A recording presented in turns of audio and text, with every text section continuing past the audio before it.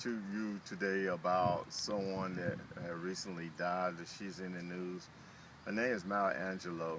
She was a great poet and writer, and she also was a person that championed for human rights for all people.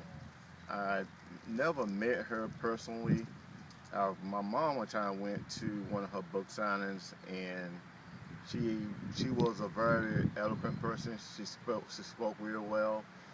She commanded the room when she talked. Everybody really listening. You really was like when she talked. You felt like you were actually talking to someone that was some kin to you. She had a confident spirit that made you feel comfortable around her.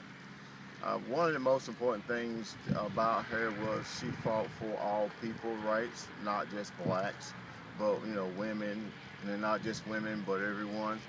She grew up in a time when it wasn't safe to fight for people rights and stand up for what you believe in.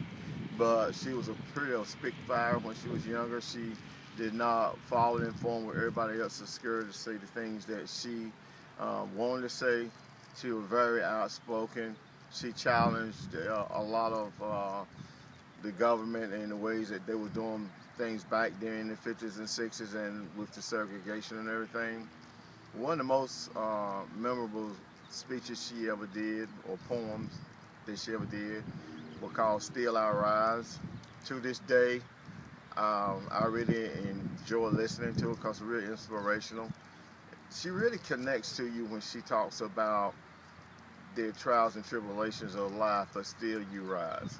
When people try to keep you down, put you down, or tell you can't achieve your goal, you still rise. The Bible talks about how a just man falls 7 times, but what makes him just is he gets up again. And I think when she did that speech, it kind of connects with that as well. Is still you rise, even though you feel like you can't, you still rise to achieve what your goals are because you're going to be your only one to hold you back from your goals. Nobody else can. The system can try to, but if you are a true believer in yourself, you still will rise to the occasion of what you're trying to do. And Maya Angelou also lived a very fruitful life, full life. She died at the ripe age of 86. To me, that's great for someone to be able to live that long and be able to connect to people as long as she did. I've seen a lot of her inserts in her speeches where she talked to presidents and congressmen, and she talked to several other people that shaped the world and they really want to get her input on what she thought. And that to me is big for you to say, someone to come of a common background as she did, but to come from a common background to come to be someone as great as she was.